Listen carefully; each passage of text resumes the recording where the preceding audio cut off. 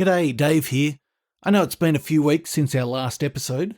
The good news is that very soon we're going to kick off with a new series. We're going to be looking at the first half of John's Gospel and exploring the life of Jesus.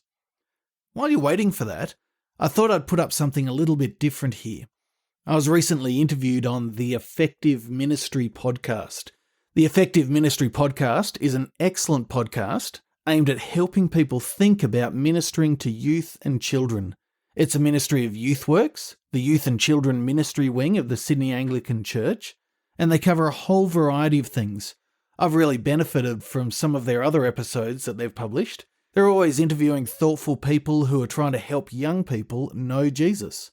If you're involved with that in any way, as a parent, grandparent, Sunday school teacher, youth group leader, pastor, chaplain, I'd encourage you to think about the Effective Ministry podcast. You should be able to find it on whatever app you're listening on at the moment.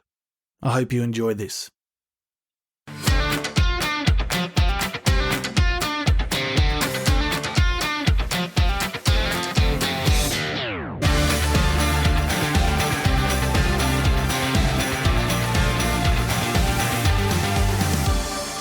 Welcome back to the Effective Ministry Podcast, the podcast that helps you have an effective youth and children's ministry in your local church.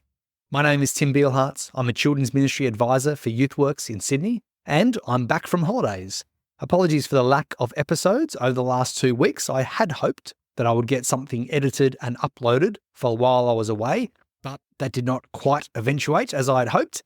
Hopefully you were able to fill your eardrums with enough other content. I know that I'm never short of podcast episodes in my feed to listen to while I'm driving or running or walking the dog.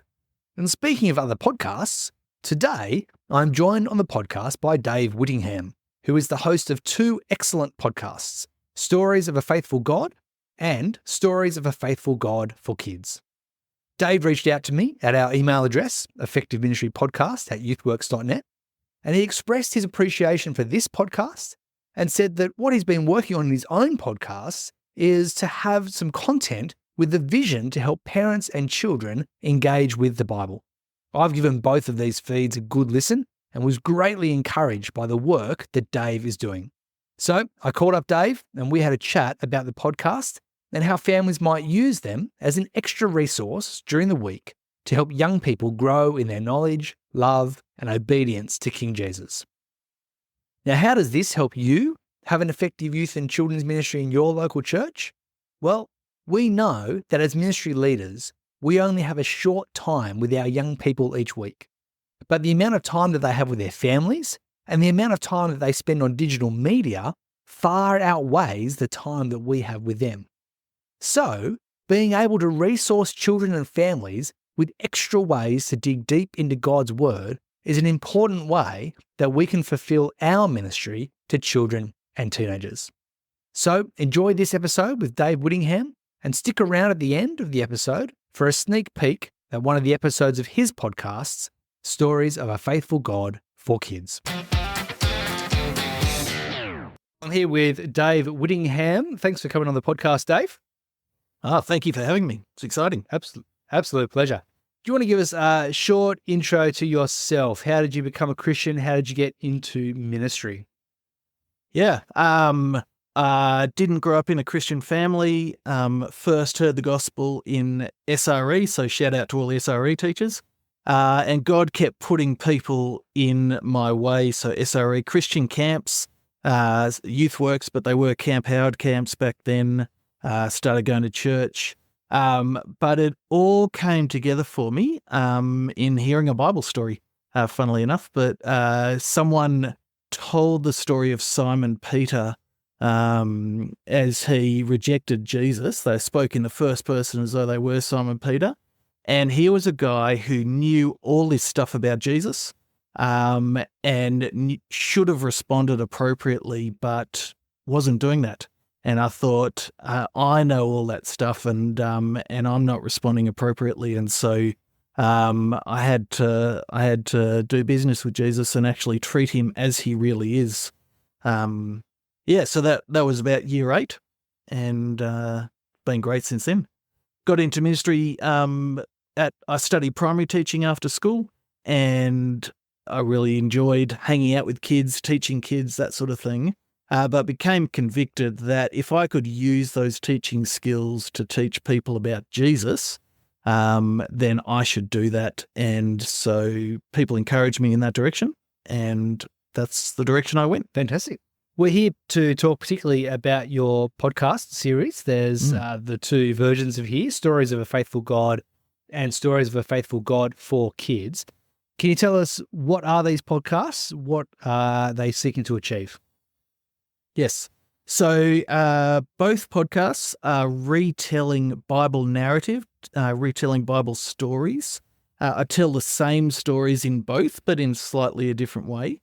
The Stories of a Faithful God is very much a deep dive, so they're longer episodes, anywhere from half an hour, but more likely up towards an hour.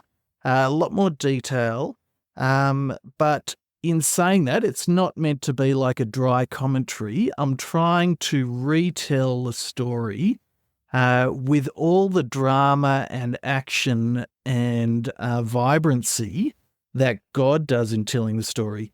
And so trying to use that and capture that and help us hear those stories in a fresh way. The kids one, I'm doing in just shorter bite-sized chunks. But again, trying to get the detail and grapple with the details so that we can hear that in a new, exciting way. I think there's a danger, particularly for kids, as we teach kids, that we start telling stories in the same way and they hear it the same way over and over again, and it's quite a condensed way. And so when they get towards the end of primary school, they start to think, I've heard all these stories before. And I can leave the Bible behind with me in primary school as I head off because I know it all. And I want to help them and help us hear that actually, no, God has so much to say, and it's really exciting and wonderful. What was inspired you to go in this direction, to use your ministry gifts, your skills, your primary teaching, your theological study, and put it towards this effort? Where did that come from? Yeah, I was thinking about that, and there were so many things that have sort of come together for it. One, I love stories. I love reading stories, whether they be fiction or history particularly. I was sitting in a car with a couple of Christian guys, and they said, one of them said, what are you reading at the moment? And one guy was reading about prayer and how to be a better prayer and how to make that part of his life. Another guy was reading about how to be a better Christian husband and how to bring the Bible to bear on that. Then they said, Dave, what are you reading? And I said, I'm reading a book called 1,000 Years of Annoying the French. And it was a history book about the history of between England and France, because I just love stories. So that was one thing. At Moore College, when I was going through there, I realized that all these stories that I love reading, all the skill of good storytelling, God actually does. He is an awesome storyteller, and he's even shaped history to tell those stories really, really well. I mean, just think about the tension of when God tells a story about Jesus and Lazarus, and Jesus hears that his really good friend is sick, and so obviously you know what he's going to do. He's going to go down and visit him, but instead Jesus stays. He sits still for 2 days, and you think, what's going to happen? That's God telling the story and shaping history to tell the story really well. There were things about myself personally that, as I preached, people said, you're easy to understand and listen to. And people from non-English speaking backgrounds as well. Sometimes they struggle a bit more with us white Aussie blokes, but for whatever reason, they found that helpful. I think I had a growing awareness, as evangelicals, we're very bookish people. We think a lot, we think deeply about things, but at the same time, we do a lot of hand-wringing and think there are certain sections of society that we're not very good at reaching, and we try and wonder, why is that? As I sort of thought about those sort of things, discovered some things like 44% of Australians are functionally illiterate. That means they can't read the instructions on the Panadol packet. They can't read the street signs they're going to. That's 44%. And then a whole bunch of other people will never pick up a book even though they can. And we often want to put a book in people's hands, and there's good things about that. I mean, we're people of the book, we're people of the Bible. But for so many people in our society, they're just not up for that.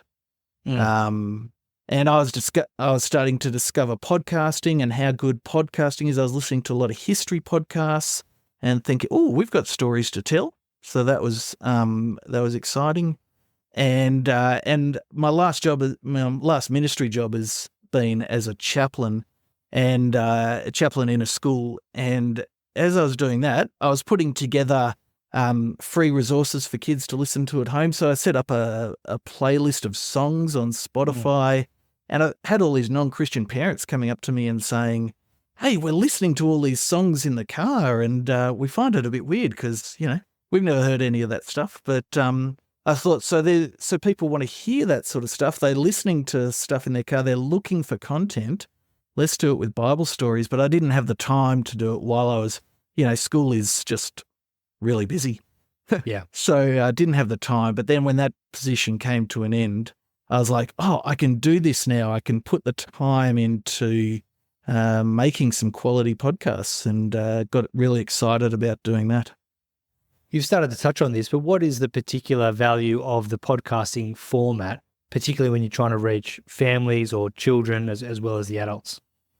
Yeah, look, you can listen to podcasts anywhere, anytime. People are doing it in their cars. People are doing it as their kids are going to sleep. People are doing it as they're walking to work or driving to school. So it's wonderful in that sense. You need to be able to sit down to read a book, but for a podcast, you can do it while you're doing something else. So, yeah. As you said, you've got these two different streams. So there's the stream for adults, which goes in depth. There's a bit longer stream for kids, which bite-sized chunks, more accessible for children in terms of language and storytelling. Did you have in mind which one was going to come first and the other one spun off that, or was it intentional to build them both together? Where did that thinking come from? Yeah, I think originally I was thinking about the kids one because of that role as the chaplain. I was thinking, here is a tool that I can use. But then I thought, well, if I'm going to do all the work and the research on for getting a passage ready, I may as well, do some double dipping and do it for adults as well. But also, I think there are different sort of adults. So there are adults who are going to sit down, they're going to listen to a podcast that's going to tell them, here are 5 points you need to know about the Trinity. Here are 10 points on your doctrine of Scripture. And that's going to really be helpful for some people. But so much of the Bible is narrative, and God teaches through narrative. And I think often, particularly as evangelicals, we might miss out on some of that. And so to be able to sit in the story, even as an adult, and enjoy hearing the way that God brought that information to us, I think we can really enjoy that. You take a topic like the Trinity. How does God start teaching about the Trinity in the New Testament? Well, he gives us 4 Gospels, and he says, just watch Jesus over 3 years and see, look, here he is praying to the Father, he's praying to God, and yet he's calming the storm, which is something only God can do. And now he wants to ask his Father to send the Spirit. And so I guess you see it within the framework of the narrative, and you get to enjoy the good story as that develops and grows. So had lots of reasons for doing it for adults as well. As I've listened to a number of episodes, the children's version was very easy to listen to, action-packed. You got a great storytelling voice. It comes across really clearly. I was listening to the adults one and I was thinking, I really like this as well. Again, easy to listen to. It's very narrative. But the question in my mind was, I wonder what the process is like for you as you prepare to a storytelling podcast on Exodus or Elijah or Jonah, as opposed to doing a sermon. So you've got ministry experience, you've preached in churches, you've done regular adult ministry, quote unquote, as well as children's ministry. What's that process like for you as you've developed the scripting for one man, 45-minute, 50-minute narrative podcast instead of a sermon? So in terms of preparation and presenting, preparation is exactly the same as for, if I'm leading a Bible study or preaching or anything like that. I need to understand the passage and do my own work there. But in terms of presenting and bringing this out, there are a couple of things. Some things are harder than, say, if I'm preaching. Some things are more fun. So the harder thing is that I actually don't know the people I'm speaking to. It's been listened to in 24 different countries, and, is someone over in America, are they dying of cancer? Is their marriage falling apart? I don't know. So, when your pastor is preaching to you, they are actually bringing the word of God to you specifically, and that comes out in their preparation and in how they're presenting it. So I do miss that, and I miss seeing people face to face and chatting to people afterwards. But on the flip side, there's some really good things. So I get to sit a lot more in the passage, have a lot more time, have that deeper dive in the passage. So for example, there's a passage in Exodus that I recently preached on in a local church, and that was probably a 25-minute sermon, and about a third of that was explicitly me talking about some of the pastoral implications of that passage. So 2/3 of that 25 minutes sitting in the passage, whereas when I did podcast on that, the podcast went for an hour, and maybe 5 to 10% of that was specifically drawing out some pastoral implications. The whole thing is pastoral, but most of it was spent sitting in the passage, enjoying God, enjoying the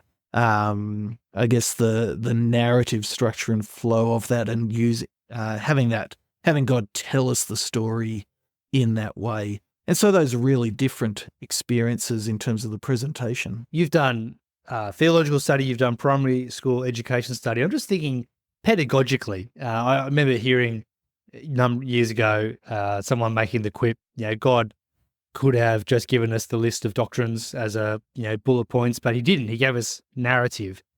From your sort of educational and pedagogical perspective, what's going on there? Like, what is it about narrative that actually teaches us about God and his character? Why didn't God just give us an encyclopedia with dot points that told us everything that we needed to know? What's going on with narrative? Yeah, that's a good question. I didn't know you were going to ask me that one.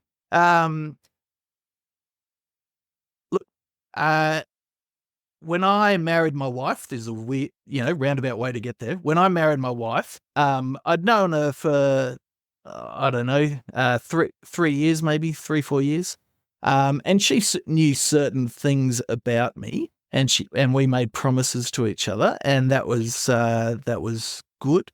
But now, after 24 years of marriage, the things that she knows about me are so much more and so much deeper and richer, more embarrassing in lots of ways. But she knows me really, really well. If we just got the dot points, anyone can say stuff about themselves, and it might be true, it might not be true. But when you have that lived experience, when you see it happening day to day and year to year, you actually see, is that true? Is that trustworthy? So stories of a faithful God, if God says, hey, I'm really faithful, and that's all you had to go on, how would you know if that's true? But actually, God's given us a story from creation to now and to the end of creation where he shows time and time again that he's faithful. He could say that he's loving, but how do you know if that's true? Well, look at the cross, look at the story of the cross and what happens there, and the detail of what Jesus through, demonstrating that love. So you could take that of any characteristic, and they all come out through that narrative. which is then backed up by all the other stuff in the Bible where God just states it. But in the narrative, you see it in action and you know that, God can't hide at that point. And he's telling us the truth. We'll continue with the rest of the podcast soon. But before we do, I'm here with my colleague Al James, who is also the director of House Conference, which is coming up really soon on the 27th to the 29th of August.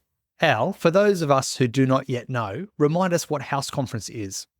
Yeah, House Conference is essentially this. It's a theology to practice conference for kids and youth ministry where we think hard about a theological topic and then we work hard to move towards the practice of youth and kids ministry. We often think about the practical issues of children's and youth ministry, but why is it important that we start with theology? Well, that's exactly as you say. We do think about the practical issues of kids and youth ministry. And it's really tempting, or something we often do, is we think about the pragmatics, the things, the tasks that we're going to do in kids and youth ministry, and then kind of reflect later on the theology and kind of retrofit our theology. But at YouthWest, we really think that it's important that we start with theological principles, and then we move from those principles to the practice of youth and children's ministry. We want to make sure we get the horse before the cart, not the cart before the horse. Every year we pick a different theological theme to wrestle with. What is the theme of this year's conference? Yeah, this year we're looking at the doctrine of sin.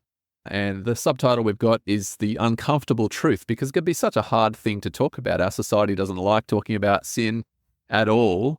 And yet we know it's such an essential and actually a freeing doctrine when we get it right. So we want to look at a really a robust and a holistic understanding of the doctrine of sin. And so Michael Jensen and Tom Habib are going to take us through various aspects of that. Michael's going to be looking at the language of sin.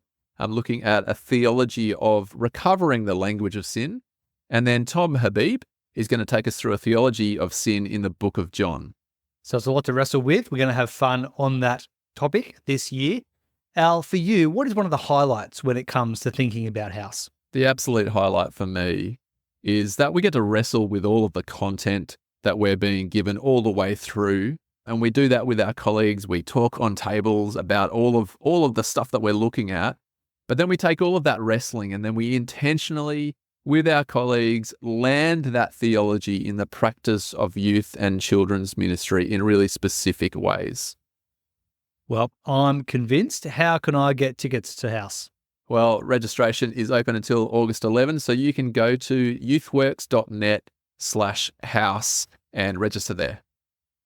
Excellent. Well, I'm looking forward to seeing you there, Al, and seeing our listeners as well. Thank you very much. Thanks, Tim. You talked there about the different characteristics of God, and this was going to be my next question. You've called your series Stories of a Faithful God.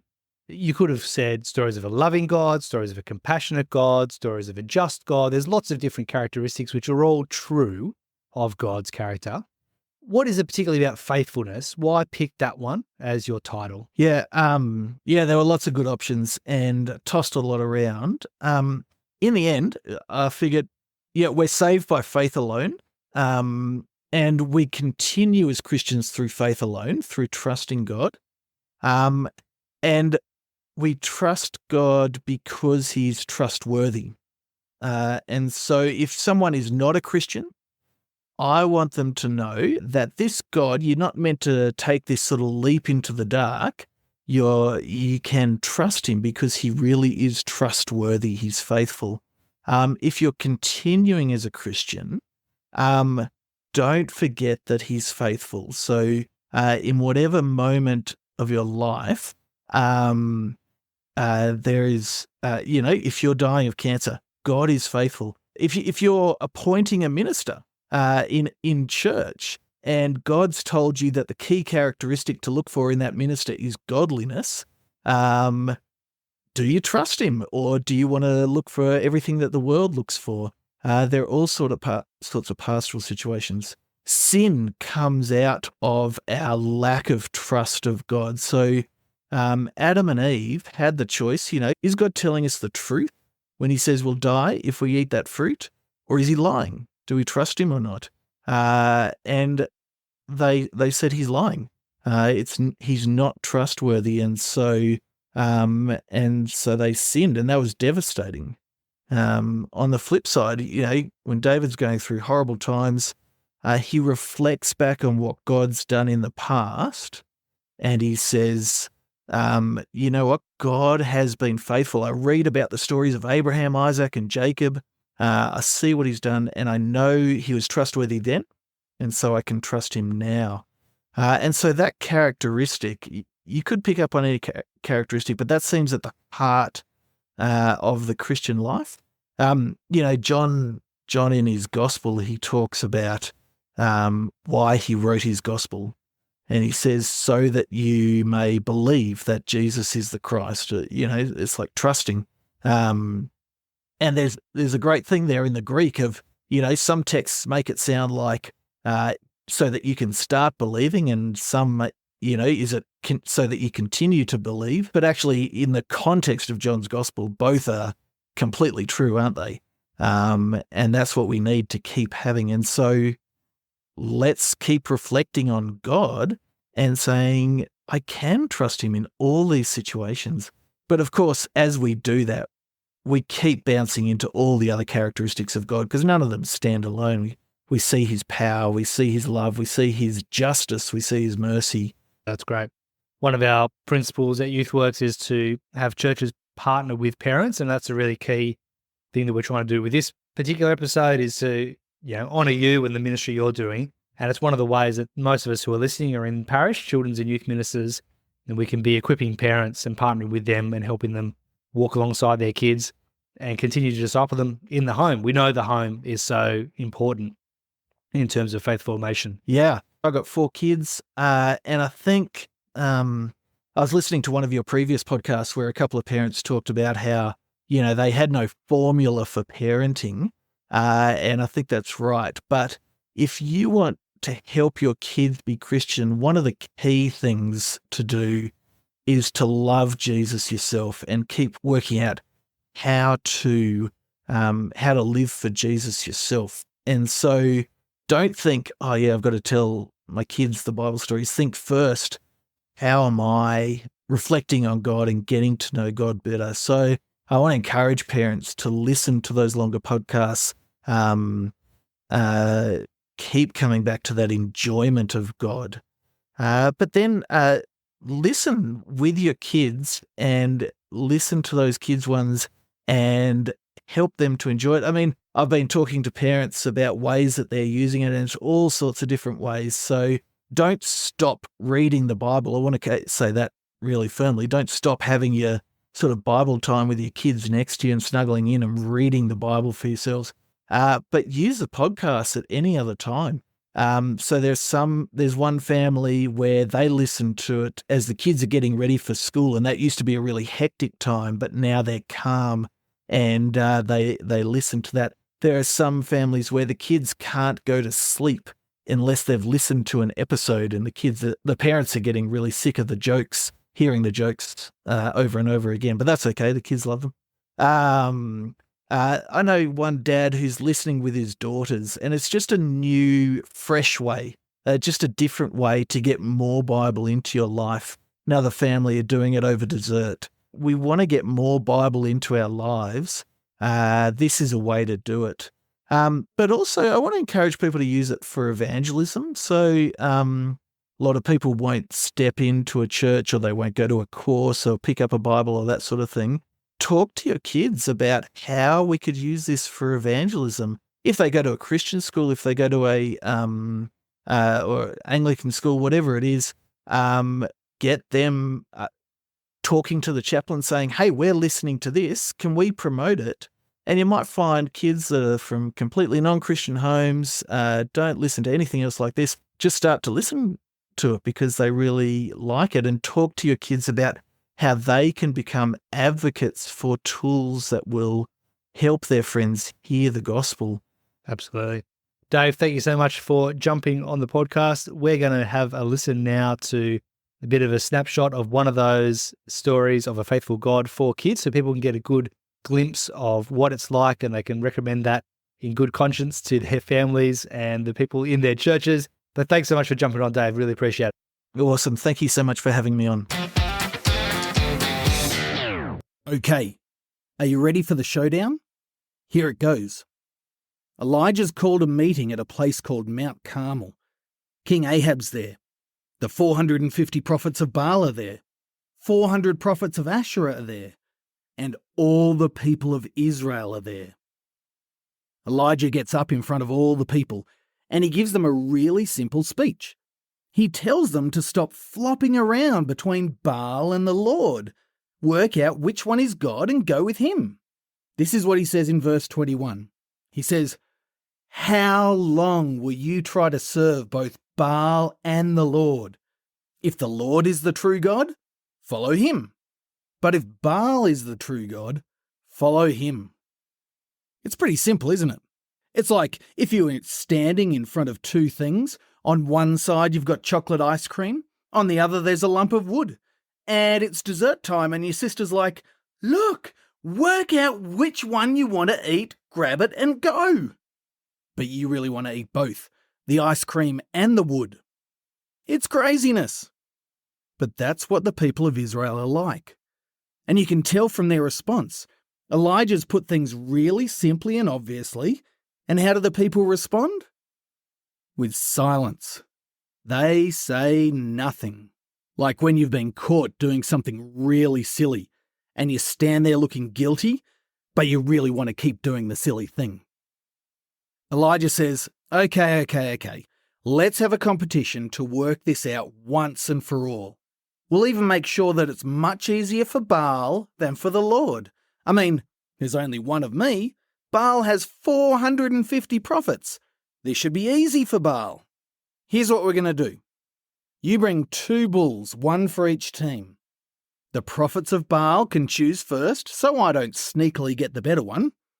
We'll both sacrifice the bulls, chop them up and put them on an altar for our God. You prophets of Baal, you pray to Baal, and I'll pray to the Lord. And whichever God sets fire to the wood, he's the real God. And all the people say, Great, we love that idea. Again, Elijah wants to make it as easy as possible for Baal, so he says to the prophets of Baal, "Look, there are so many of you. How about you go first? Get your sacrifice ready, pray to Baal, but don't set the wood on fire. No cheating." Verse 26 says, "So they took the bull that was given to them and prepared it. They prayed to Baal from morning until noon." What? They're praying from morning until the middle of the day. That feels like a long time. They're obviously really into it. They're dancing around the altar. They're shouting out, "Baal, answer us! Baal, answer us! Baal, answer us!" for hours and hours and hours. And the Bible tells us, but there was no sound. No one answered. How different is that to the Lord God of Israel? Remember when Elijah prayed and asked God to raise a dead boy to life? That's much harder than starting a small fire, but God answered then.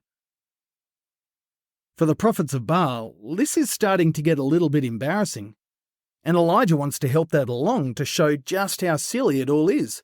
He starts making fun of them. He says, "Hey, pray louder. He's a god after all. Maybe he's too busy thinking, or he's gone on a long trip, or he's sleeping. Maybe he's on the toilet." He's saying, perhaps you've just got to bang on the door of heaven really loudly for Baal to hear you. He's just being silly. But that's exactly what they try and do. They work really hard to make Baal notice them. Verse 28 says this, "So the prophets prayed louder. They cut themselves with swords and spears until their blood flowed. This was the way they worshipped." Ouch! Isn't that sad? They think they have to hurt themselves to get Baal to pay any attention to them. It's so different to God who sent Jesus to die for us, so we wouldn't have to suffer any punishment. Well, these prophets rave on for hour after hour after hour, yelling louder and louder, cutting themselves, dancing wildly right up until the sun's going down. And then in verse 29 we read, "But no voice was heard. Baal did not answer. No one paid attention." Now it's the Lord's turn. The Effective Ministry podcast is a production of YouthWorks in Sydney. We want to see effective youth and children's ministry in every church. One of the ways that you can help us do that is by letting people know about this podcast in all the usual ways, like, comment, share and review on your favourite social media and podcasting platform. If you've got comments, thoughts or questions for this podcast, you can email us at effectiveministrypodcast@youthworks.net. And also check out youthworks.net for other ways that YouthWorks can help you have effective youth and children's ministry in your church.